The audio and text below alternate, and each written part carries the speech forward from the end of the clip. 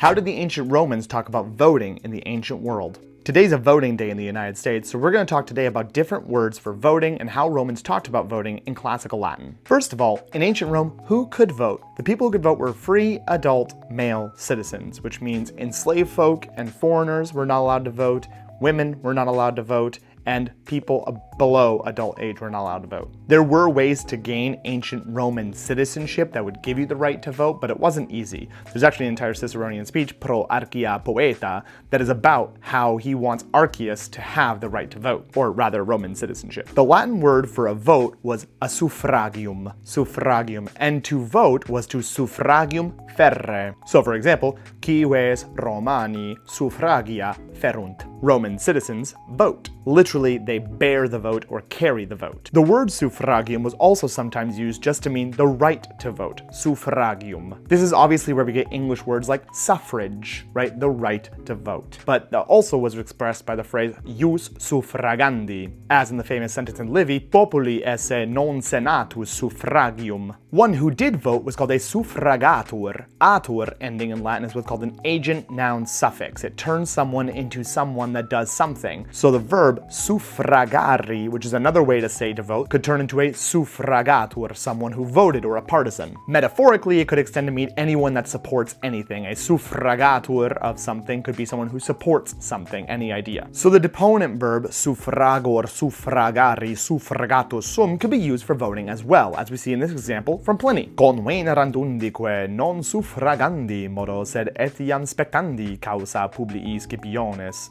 That is, they came together from all sides, from all places, not only to vote for Publius Scipio, but also to watch him. And that same verb can also just be used to mean supporting somebody. Tibi suffragur, meaning I support you or I agree with you.